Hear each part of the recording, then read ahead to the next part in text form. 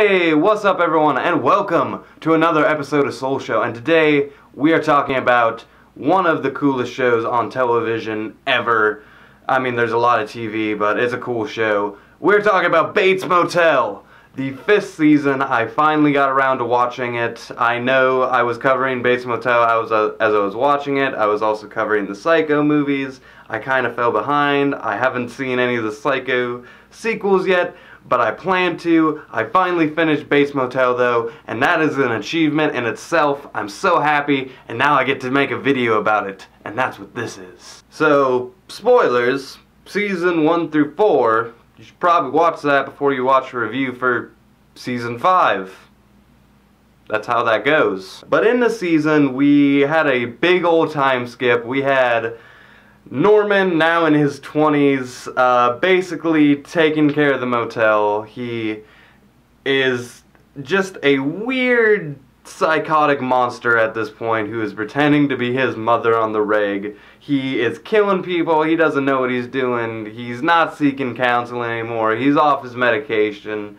And who knows what he's gonna do at this point. There's Dylan, he's up in motherfucking Seattle or whatever. He's got a kid now. He married Emma. He married her, oh my god. Our good old Sheriff Romero's still in prison, still trying to kill Norman. Like, he's trying to get hits on him. He's trying to do whatever he can.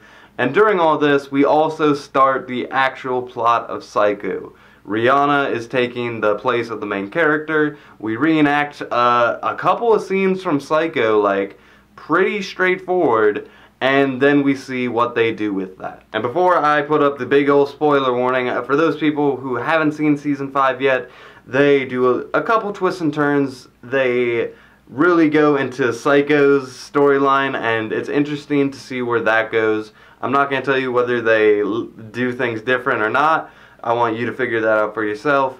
But the ending, I thought, was satisfying. I thought they cleared up most of the plot lines, and they succeeded in building this prequel. Alright, we're good? Okay, spoilers. Goddamn, so many people have died in this show.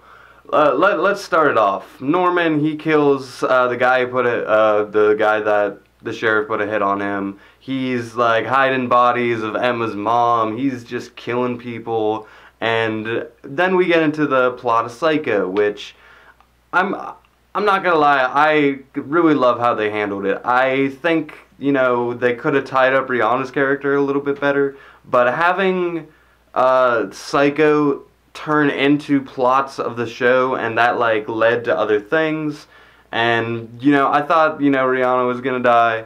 I thought she was gonna, you know, get this big, beautiful bloodbath scene. She did not. That turned into her lover, and it was like this kind of different version. So, all along, it turns out we're not really doing the prequel for Psycho, which is obvious because it takes place in the present, but we're doing a kind of reimagining story about young Norman Bates that turns into older Bates. And we get a bunch of other kills. We got Sheriff Romero just casually killing our favorite homeless guy. I thought, you know, that was what it was. But this season really kind of just started its own plot threads again, and very much kind of like how Breaking Bad was. The final season was almost self-contained. A lot of the conflict was born within that season. I think they really made me care, from a person who like stopped watching for a while, get back into the show by like introducing more plot threads, but tying up the old ones. And a lot of the show was just Norman being really fucking weird and really fucking creepy. I don't understand why like Rihanna is like not understanding that he's weird. And in even worse case, the girl that he almost sleeps with, another woman who likes him for some reason, even though maybe like on the script they imagine him to be like a more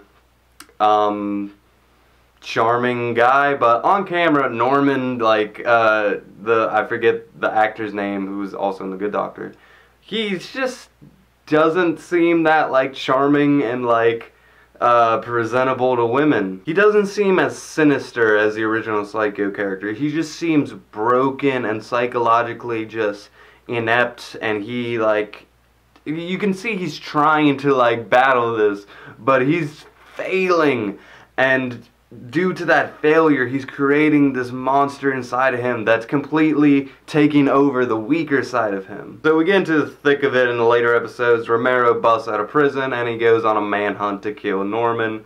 Norman really just kind of gets involved with the cops eventually after almost killing Dylan. That leads into some other things, and which that eventually leads to them looking over the house. Other dead bodies being confirmed. There's obviously some going on with Norman. Okay, it's confirmed. There's like Bradley's bags in his yard, and he's got dead people in his basement, and it's just a shit show. It's great. I loved that scene where they were just going through the house, tearing it apart. I could have watched that I could have watched like a whole episode about that.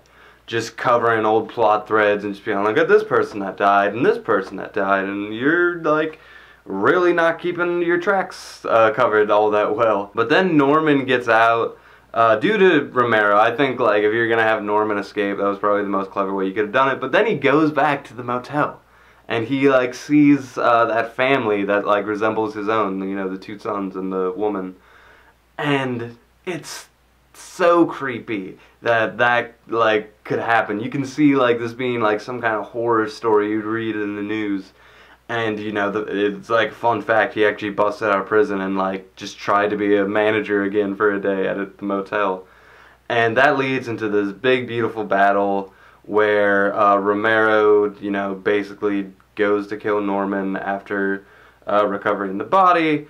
And that leads to, you know, Norman getting a sneak attack and Norman killing him. And then Dylan murders Norman. And that's the whole show. The cord between daughter or mother and son are still there. They have their graves next to each other. As fucked up as that is, you know, with Norman kind of murdering her, but that's what happens. Again, I haven't seen the sequels of Psycho, so I'm not actually all that sure how they carry on that character, like if he dies or not. But I thought this was a cool adaptation. I thought this was an interesting way of tying everything together. Romero, he was obviously kind of gonna die. He was just going on this life or death suicide mission to kill this guy. I get it. I liked it. It was fun. I like that this whole season he didn't give a fuck. I didn't even mention he kills Caleb, just kind of, you know, just to finally find something to do with that character to end the thread, I guess. That doesn't even get addressed later. Like, Dylan doesn't even know that his dad's dead too. Oh! Dylan and Emma are obviously like the saving grace, like happy characters. Emma especially, like, you always rooted for her. You know she was on the right side, even though she had this weird thing with Norman. I guess that was just kind of a waste of time. The relationship with Dylan was like this silver lining thing, and it focused on that, which is fine. I kind of wish they would have like made it maybe a little bit more spectacular in some places, but I thought this show was really fun. I thought the characters really were interesting, and I could watch them go, like, see how long they could keep this up, because this was just a spiraling ball of like death, them getting away, the like lying machine, you know, for like getting past that, mother, endless battles, politics, people just getting bodies tossed everywhere. It was an interesting show, and I really came to appreciate this universe, the Alfred Hitchcock Psycho, and this one. I thought I came to a satisfying conclusion. I had like 2 or 3 just late nights where I couldn't sleep, and I just marathoned season 5, and I had a good old time. I want to know your guys' thoughts, so please, what are your thoughts of the finale of season 5? Did you like Bates Motel? Do you think it was, you know, profiting off of this better franchise? Let me know down below. Thank you so much for watching, as always, and with that,